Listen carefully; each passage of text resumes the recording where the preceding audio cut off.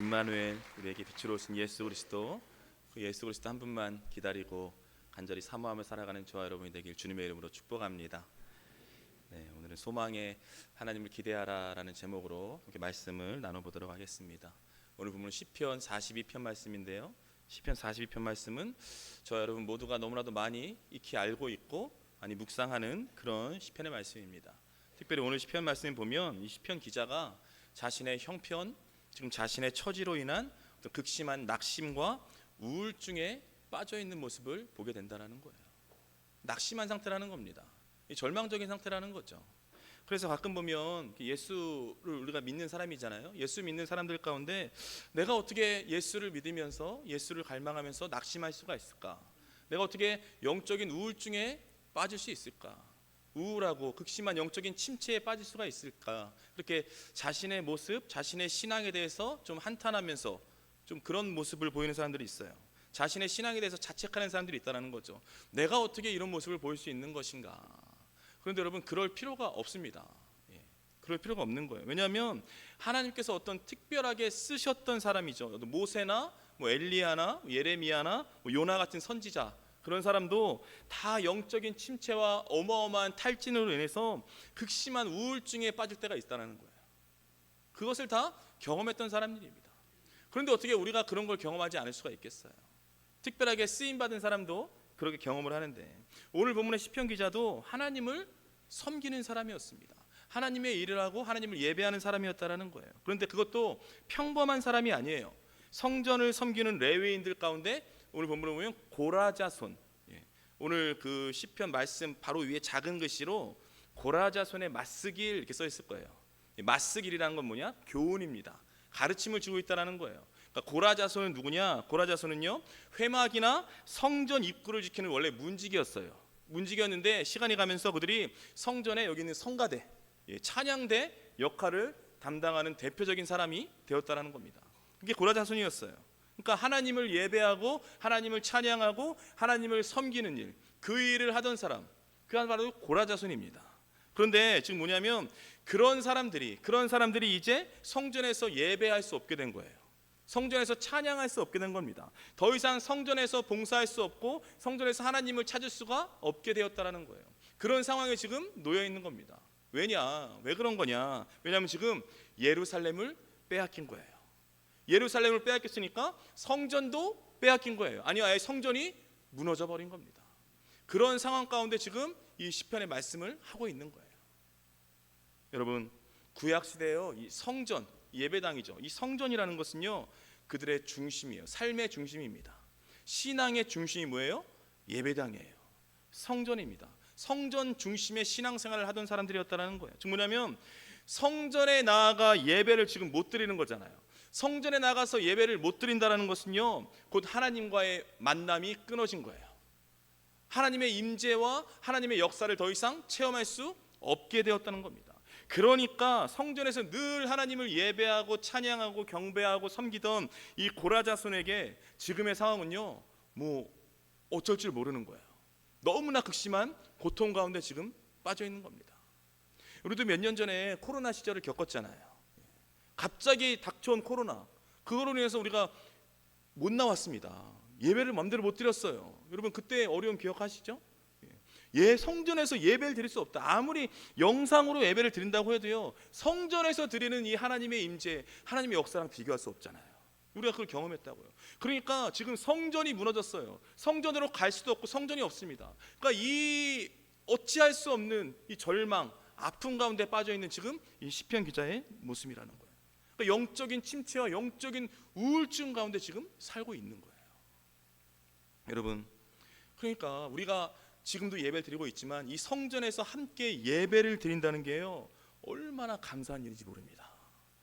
지금 이곳에서 함께 찬양하고 함께 예배하고 함께 모임을 가질 수 있다는 게 정말로 복 중에 복인 거죠.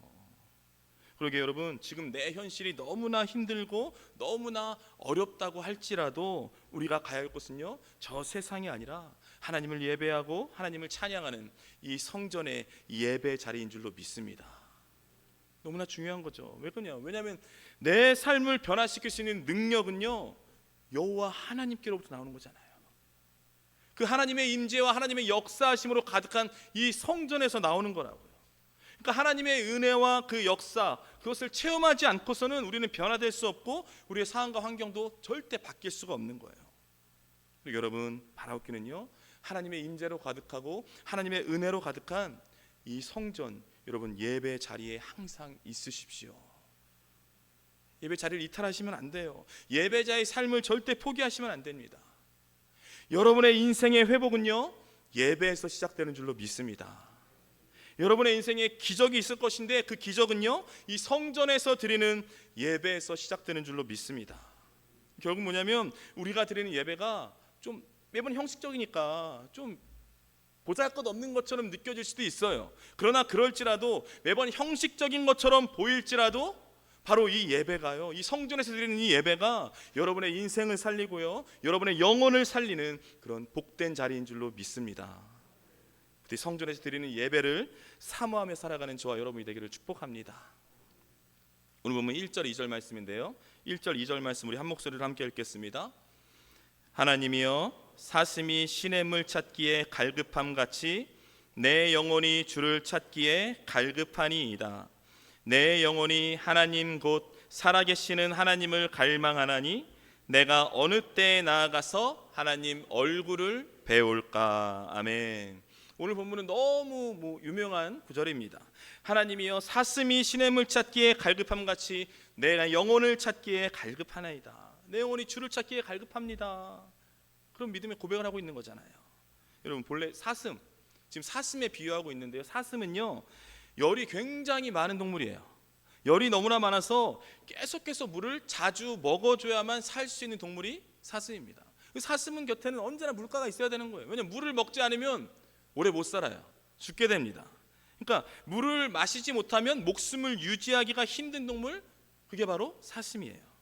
그래서 지금 이 시편 기자가 사슴이 물을 장시간 동안 마시지 못한 거예요. 마시지 못해서 지금 생명이 아주 위급한 상태, 그 상태를 지금 자신의 어떤 하나님을 향한 영적인 목마름과 지금 연결시키고 있는 거예요. 내가 그 상태다. 사슴이 물을 먹지 못해서 죽을 위기에 처해 있는 그런 모습이 지금 내 모습이다. 내 상태가 그런 거다. 하나님을 만나지 못하고 하나님을 예배하지 못하고 하나님을 찬양하지 못하고 하나님의 임재와 은혜를 누리지 못하는 내 모습, 이 모습이 똑같다라는 거예요. 그래서 지금 사슴을 비유해서 이야기하고 있는 겁니다. 여러분, 바로 저와 여러분에게 이런 영적인 목마름이 있게 되기를 축복합니다. 목마름이 너무나 중요하죠. 그리스도인에게는요, 갈망이 중요한 거예요. 왜요? 갈망하는 자를 주님께서 찾으시고요, 갈망하는 자에게 주님께서 은혜를 베풀어 주시는 줄로 믿습니다. 우리 모두를 주님께서 사랑하시죠. 모두를 사랑하십니다. 그러나 하나님께서 보이시는 놀라운 은혜는요, 모두에게 내려지지가 않아요. 모두가 받을 수 있는 게 아니에요. 누가 받을 수 있어요?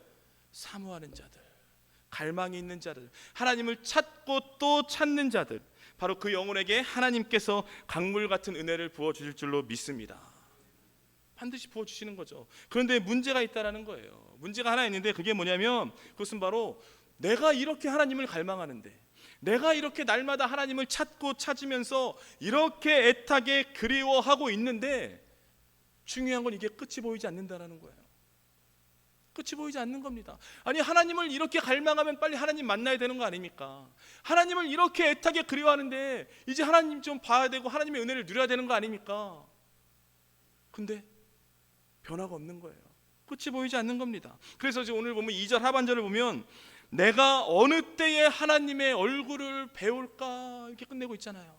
이 뭔 말이냐면, 지금 주님, 도대체 내가 언제 주님을 만날 수 있는 겁니까? 아니, 이렇게 갈망하고 있는데, 이렇게 애타게 찾고 있는데 언제 주님 만나는 겁니까? 아니, 언제까지 나를 그냥 이렇게 내버려 두실 겁니까?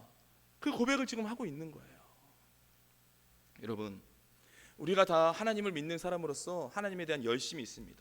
우리가 정말 열심을 내고 있지만, 열심을 내고 있는 가운데서도 하나님께서는 내 멀리에 계신 것처럼 느껴질 때가 있어요. 예, 그럴 때가 있습니다.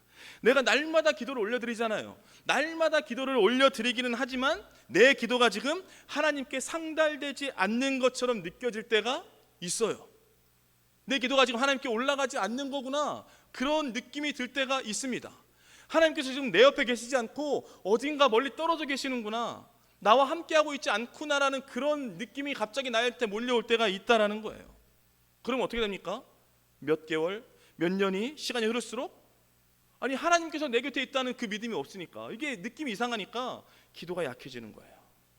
기도가 느슨해지는 거예요. 결국에는 뭐예요? 낙심과 절망 속에 아예 소망의 끈을 놔버리는 사람도 생겨나게 된다라는 거예요. 생겨납니다. 근데 여러분, 그건요 내 느낌일 뿐이에요. 내 느낌이에요. 그래서 여러분, 우리 신앙생활 하는데 너무나 중요한 게 뭐냐면 여러분의 느낌을 신뢰하지 마십시오. 여러분의 느낌을 너무 믿지 마세요. 느낌은 느낌일 뿐이에요. 느낌은 사실이 아닙니다. 느낌은 팩트가 아니에요. 여러분, 하나님께서는요 그분의 자녀를 절대 떠나지 않으시고 영원토록 버리지 않으시는 줄로 믿습니다. 이게 사실이에요. 이게 팩트잖아요. 이게 바로 신실하신 주님께서 우리에게 주신 약속이라고요. 즉 뭐냐면 그리스도인은요 내 느낌과 내 감정과 내 생각이 아니라 신실하신 그 하나님의 약속의 말씀을 따라가야 할 줄로 믿습니다. 우린 말씀 따라가는 겁니다. 여러분, 느낌 의지하시면 안 돼요. 여러분 보세요. 사실 우리 눈에 보이지 않을 뿐이지 우리가 하나님을 갈망하고요 하나님을 애타게 찾고 믿음으로 하나님 앞에 엎드린 그 순간부터 하나님의 응답은 이미 시작된 거예요. 시작됐습니다. 하나님은 간절히 찾는 자를 만나주신다고 약속하셨어요. 그러니까 우리가 간절히 주님을 찾으면 하나님의 역사, 하나님의 응답은 이미 시작된 거예요. 다만 그게 뭐예요? 우리 눈에 보이는 역사로 나타날 때까지 시간이 걸릴 뿐입니다. 시간이 걸리는 거예요. 여러분 보세요. 구약시대 요나 선지자가 하나님의 말씀을 저버리고 자기가 원하는 길로 가잖아요. 불순종을 합니다. 그래서 요나 선지자가 바다 한가운데 빠져서 큰 물고기에게 삼키게 돼요. 어떻게 됩니까? 그 후에 요나가요 그 물고기 안에, 뱃속 안에서 정말 3일 동안 기도합니다. 기도하는데 정말 온 마음과 영혼을 그냥 다 쏟아붓는 그런 회개 기도를 올려드려요. 그리고 하나님께서 그 기도를 들으신다라는 거죠. 그 기도를 들으신 하나님의 은혜로 인해서 물고기가 요나를 확 이제 토해버립니다. 밖으로 빼내버리잖아요. 근데 뭡니까? 물고기가 그 요나를 토해냈을 때 그곳은요 요나가 처음 떨어진 바다 한복판이 아니었어요. 그게 중요한 거죠. 바다 한복판이 아니라 어디였어요? 육지였어요. 해변가에 토해냈다는 겁니다. 즉 뭐냐면 요나가 물고기 뱃속에 들어가서 정말 온 영혼을 쏟아붓는 그런 회개 기도를 시작한 그 자리, 그 순간부터 뭐예요? 하나님께서 그 물고기를 육지로 이동시키고 계셨다는 거예요. 그렇게 일하신 겁니다. 결국 뭐냐? 우리가 간절히 주님을 갈망하고 간절히 사모하고 우리가 모든 것을 쏟아부으면서 기도하는 그 순간, 그 자리에서부터 하나님은요 우리를 둘러싼 상황, 우리를 둘러싼 형편, 우리를 둘러싼 환경을요 조금씩 움직여 가시는 줄로 믿습니다. 그게 하나님의 역사인 거예요. 그러니까 요나만 몰랐을 뿐이지 기도의 응답은 이미 시작되고 있었던 거예요. 기도의 응답은 시작된 겁니다. 여러분, 바라옵기는요 여러분 신앙생활 가운데 절대 여러분의 느낌과 여러분의 감정과 여러분의 생각, 여러분의 경험을 너무 믿고 신뢰하지 마세요. 신뢰하지 마십시오. 하나님의 임재가 느껴지지 않고 하나님의 역사가 내 눈에 보이지 않을지라도 여전히 하나님을 믿고 하나님을 신뢰하며 나아가십시오. 여러분, 주님은 실수가 없으십니다. 주님은 약속하신 것을 반드시 지키시는 분이세요. 그러기에 내가 지금 하나님을 갈망하고 있다면, 내가 지금 전심으로 하나님 앞에 엎드려 기도하고 있다면 여러분의 삶을 바꾸시는 그 주님의 기적 같은 능력을 여러분의 인생 가운데 반드시 체험하게 될 줄로 믿습니다. 부디 내 느낌과 감정이 아닌 하나님을 믿고 신뢰하는 저와 여러분이 되기를 축복합니다. 이어지는 부분 3절 말씀인데요, 3절 말씀 우리 한 목소리로 함께 읽겠습니다.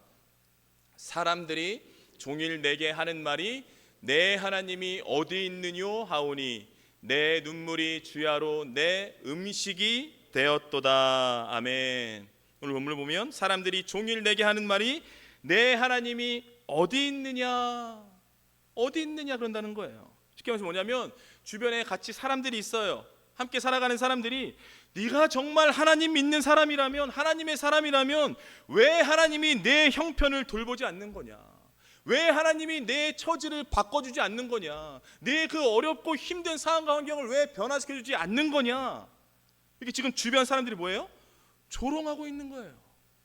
조롱하는 거예요. 아니 지금 하나님께 예배를 드릴 수 없어요. 하나님을 찬양할 수 없고 하나님의 임재와 은혜를 경험할 수 없다는 것만으로도 너무나 힘든데, 주변 사람들의 말은 그냥 이 시편 기자를 더욱더 절망과 낙심에 빠뜨리는 거예요.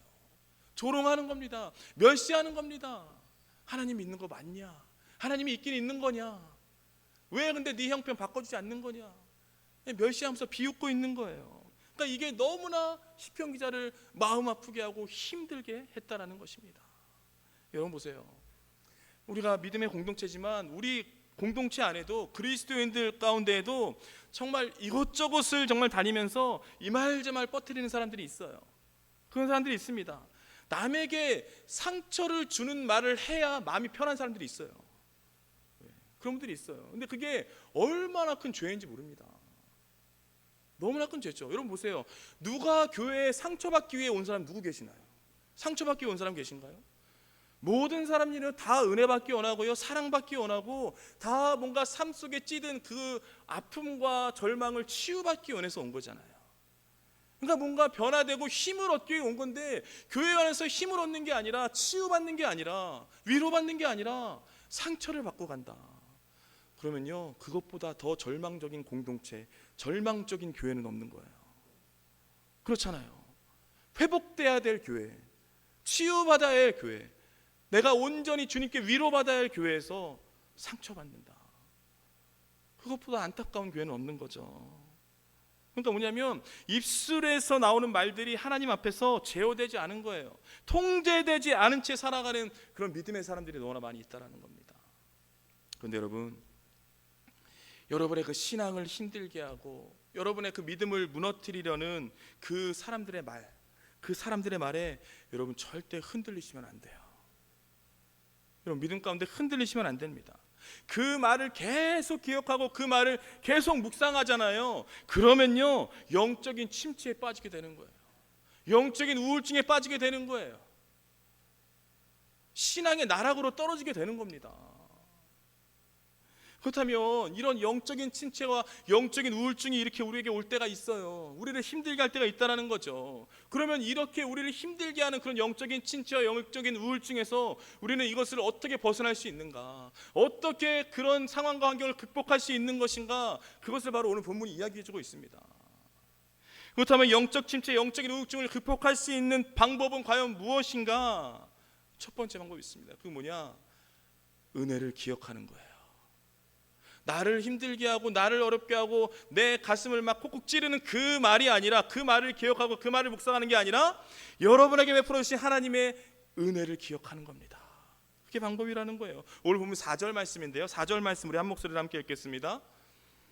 내가 전에 성의를 지키는 무리와 동행하여 기쁨과 감사의 소리를 내며 그들을 하나님의 집으로 인도하였더니 이제 이 일을 기억하고 내 마음이 상하는도다. 아멘. 오늘 본문을 보면 내가 전에 성의를 지키는 무리와 동행했다, 그렇게 말씀을 시작하고 있어요. 시편 기자가 과거에 있었던 일을 기억하는 겁니다. 과거에 자신에게 허락하셨던 그 하나님의 놀라운 은혜의 순간들을 다시 기억하고 있는 거예요. 그게 어떤 거냐? 바로 뜨겁게 찬양하고 기도했던 그 예배의 순간들, 자신에게 부어주셨던 그 뜨거운 은혜의 기억들을 다시금 끄집어낸 겁니다. 꺼냈다라는 거예요. 그런데요, 처음에는 그 꺼내는 기억이요, 더 큰 고통이 됐다라는 거예요. 왜냐하면 이전에 하나님께서 나에게 은혜를 이렇게 베풀어 주셨는데 지금 내 형편은 왜 이런 건가? 그 놀라운 은혜를 내가 입은 사람인데 나는 지금 왜 이렇게 살아가고 있는가? 그러니까 생각하니까 너무 지금 내 상황과 내 형편이 너무나 힘든 거예요. 그러니까 뭐예요? 오늘 4절 하반절에 내 마음이 상하는도다. 처음 그 은혜의 기억들을 꺼내서 너무 좋은데 다시 내 형편으로 시선을 돌리니까 마음이 상하는 거예요. 마음이 상했다 이야기하고 있어요. 근데 여러분, 여기에서 중요한 사실 한 가지가 있습니다. 그 사실 한 가지가 뭐냐? 그것은 바로 이 시편 기자가 그 은혜의 순간들을 이제 기억하기 시작했다라는 거예요. 그게 중요합니다. 지금 처음 기억하는 그 순간 마음이 상할 정도로 힘들었지만 앞으로 그 기억이요, 이 사람의 상황과 환경을 바꾸는 놀라운 은혜가 된다라는 거죠. 그래서 기억하기 시작했다는 게 너무나 중요한 거예요. 여러분, 우리가 탕자 이야기를 잘 아시죠? 아버지에게 유산을 미리 땡깁니다. 살아계신 아버지한테 나에게 돈을 주십시오. 그 어마어마한 거액을 챙겨서 집을 떠나버리잖아요. 집을 떠나버려서 정말 다시는 돌이킬 수 없는 어마어마하게 방탕한 하루하루를 계속 살아갑니다. 근데 여러분, 우리가 이 탕자 이야기를 잘 알고 있어요. 결말을 알죠? 결말이 어떻습니까? 탕자가 결국에는 다시 아버지 품으로 돌아오잖아요. 이게 자식이냐고요. 아버지의 돈을 땡겨서 나가서 자기 맘대로 펑펑 쓰고 자기의 쾌락과 안위를 위해서 다 쓰고 버리잖아요. 그 자식을 어떻게 다시 받아줄 수가 있나. 근데 우리는 결말을 압니다. 다시 아버지 품으로 돌아왔어요. 그렇다면 탕자가 다시 아버지 품으로 올 수 있었던 비결이 무엇인가? 그 비결이 있습니다. 그것은 바로 뭐예요? 탕자가 아버지를 다시 기억했다라는 거예요. 탕자가 뭐예요? 다시 아버지의 집을 기억했다라는 겁니다. 그 기억했다는 게 너무나 중요한 거예요. 즉 뭐냐면 탕자가 아버지를 기억하는 그 순간 그 인생의 회복은 이미 시작된 줄로 믿습니다. 시작된 거예요. 기억하는 순간 시작된 거예요. 여러분, 오늘 본문의 시인도요, 이전의 은혜의 때를 지금 기억하고 있잖아요. 그래서 우리 믿음의 사람들, 그리스도인들에게 있어서 기억이 너무나 중요합니다. 기억이 중요해요. 이처럼 뭐냐면 주님의 놀라운 은혜, 놀라운 능력을요, 지금 우리 삶 가운데 나타내기 위해서 주님께서 사용하시는 한 가지 방법이 있는데 그게 뭐냐? 바로 기억하는 겁니다. 기억하는 거예요. 그래서 성경을 보잖아요. 하나님께서 계속해서 말씀하고 계시는 거예요. 나를 기억해라. 나를 기억해라. 내 인생이 정말 무너져 있을 때, 내 인생이 정말 밑바닥 인생일 때, 내 인생을 포기하고 싶었던 그때 내가 너를 잡아주었던 그 은혜를 기억하라.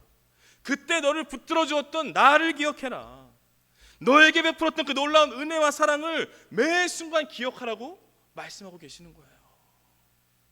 사랑하는 여러분, 그래서요, 성경이 보여주고 있는 가장 중요한 영적인 원리가 하나 있잖아요. 그게 뭡니까? 그것은 바로 은혜는요, 간구하기 이전에 뭐예요?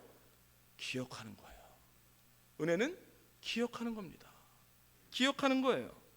결국 내게 베풀어 주셨던 그 은혜를 기억하는 것은요, 오늘의 나를 새롭게 하는 그 힘이 되는 줄로 믿습니다. 기억이 힘이 되는 거예요. 하나님의 은혜를 기억하는 것은요, 나를 다시 일어서게 하고 영적인 침체와 우울증에서 벗어나는 그 출발이 될 줄로 믿습니다. 그래서 기억하는 게 너무나 중요하죠.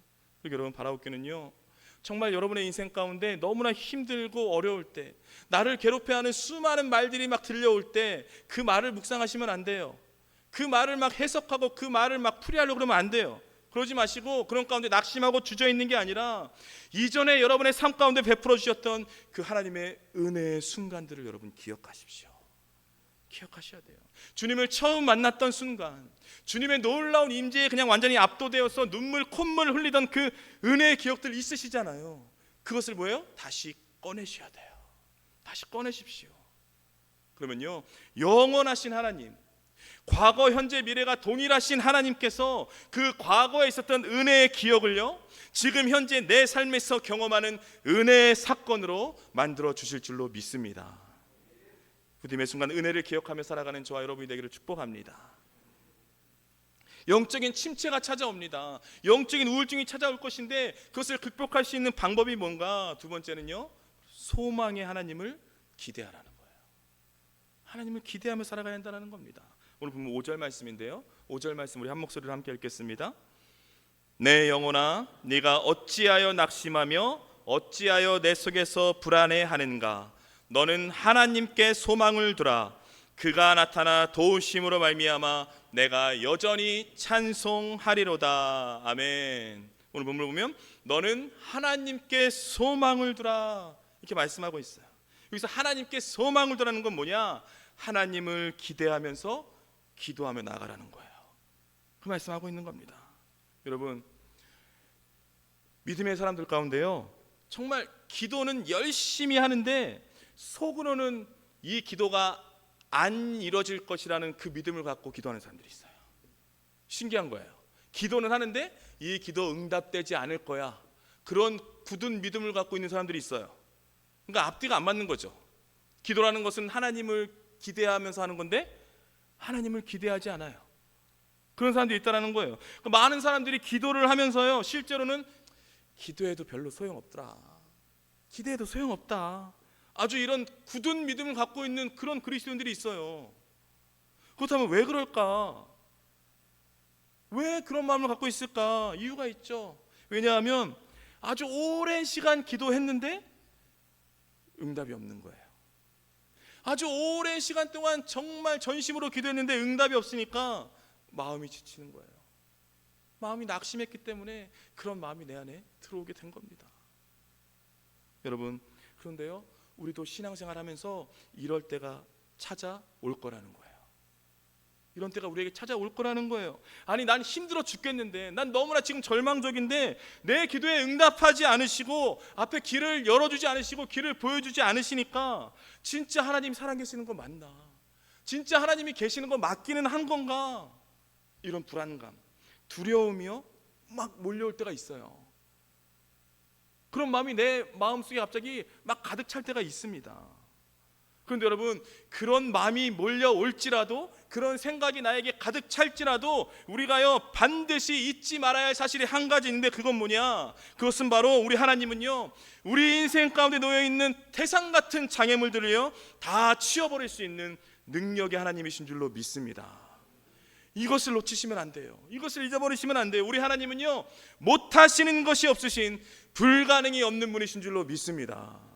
이것만은 놓치시면 안 돼요. 이것을 잃어버리면 안 됩니다. 그러니까 내가 기도하면서 하나님을 기대하지 않는다, 내가 하나님을 갈망하면서 하나님을 기대하지 않는다, 하나님을 기대하지 않는다는 건요 그분을 무시하는 거예요. 능력의 하나님, 기적의 하나님, 내 인생을 단번에 변화시킬 수 있는 그 하나님을 무시하는 겁니다.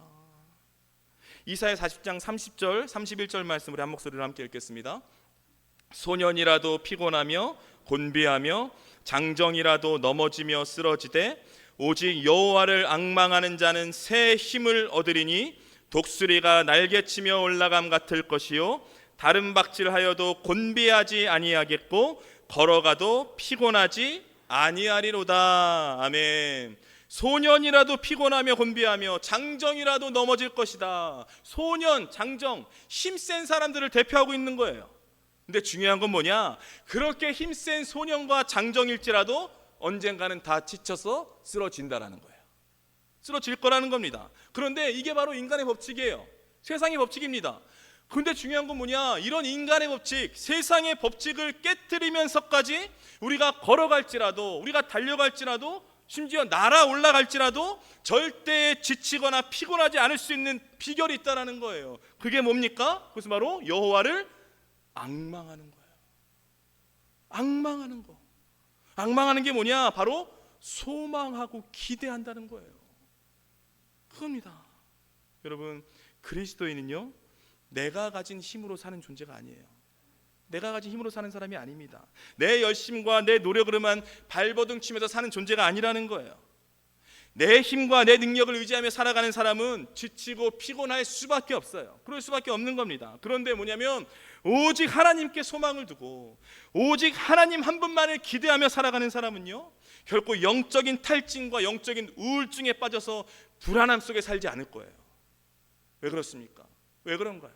왜냐하면요 우리 하나님께서 독수리가 날개치며 올라감 같은 새 힘을 공급해 주시기 때문에 공급해 주신다는 거예요. 결국 뭐냐면 날마다 하나님께 소망을 두고 하나님을 기대하며 살아가는 사람은요 위로부터 보여주시는 그 새 힘이 모든 힘들고 어려운 상황을 버티고 견디고 돌파할 수 있도록 항상 붙들어 주시고 항상 도와주실 줄로 믿습니다.